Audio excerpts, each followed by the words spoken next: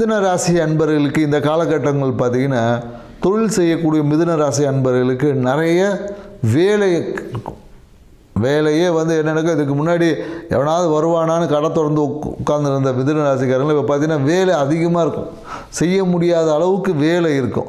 So அப்போ அந்த business தொழில் ரீதியாக பிஸ்னஸ் செய்கிறவங்களுக்கு ஒரு பொருளாதார வரவையும், வேலை செய்யவங்களுக்கு பார்த்திங்கன்னா ஒரு அழுத்தம் இருக்கும். ஏன்னா ஒரு ஆள் செய்ய வேண்டிய வேலை 2 ஆள் செய்யும் போது அப்போ அழுத்தம் இல்லாமல் ஃப்ரீயாக செய்ய முடியும் சொல்லுங்கள். ஏன்னா பழைய விஷயங்கள் என்றைக்கோ பெண்டிங் விஷயங்கள் அந்த இதை எடுன்னு சொல்லி இந்த டாக்குமெண்டேஷன் சார்ந்த விஷயத்தில் நிறைய ஒரு அழுத்தமான சூழல் இருக்குது. அதனால் வேலை சார்ந்த விஷயத்தில் ஒரு அழுத்தம் என்பது இந்த மாதம் கண்டிப்பாக இருக்கும்.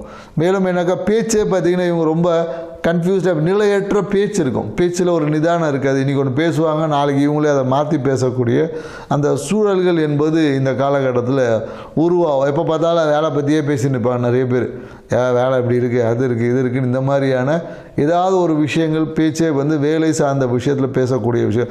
நிறைய பேர் இந்த காலகட்டம் என்னென்னாக்கா நட்புகள்லாம் கட்டாயிருக்கும். புதிய நண்பர்களோட சேர்க்கை இருந்திருக்கும். நிறைய அப்படியே நட்பு ஓட்டம் இருந்துச்சுன்னு நிறைய பேர் இந்த காலத்தில் ஆன்மீக பயணங்கள், சிறுதூர பயணம்னா நிறைய இந்த சிவன் கோயிலுக்கு சித்த சமாதிகளுக்காக பயணிக்கக்கூடிய ஒரு வாய்ப்பு என்பது இருக்குது. ஏன்னா இப்போ மிதுன ராசிக்காரங்க இவங்களா போய் ஏதாவது ஒரு பிரச்சனை சிக்குவாங்க. இப்போ சொல்லுவாங்களா வடிவேல் காமெடியில் வாலண்டரே வண்டியில் ஏறுற மாதிரி ஏதாவது ஒரு பிரச்சனையில் இவங்களா போய் சிக்கி. ஏன்னா நிறைய பேருக்கு என்னென்னாக்கா அந்த பக்கத்து வீட்டுக்காரங்களோட சண்டை வந்திருக்கும். அது பார்த்திங்கன்னா அப்படியே விட்டா போயிருக்கும். அதை பேசி இவங்களே பெருசாக்கி போலீஸ் ஸ்டேஷன் போவதற்கான வாய்ப்புகள்லாம் கூட இருக்குது. அதனால் மிதுன ராசிக்காரங்கள் பக்கத்து வீட்டுக்காரனோட நட்புறவை பாடுங்க. அதே சண்டை ஆகிற மாதிரி இருந்தால் ஒரு மன்னிப்பு கேட்டு போகுங்க. இதுதான் உங்களுக்கு பரிகாரமே. ஸோ இதை செஞ்சு பாருங்கள்.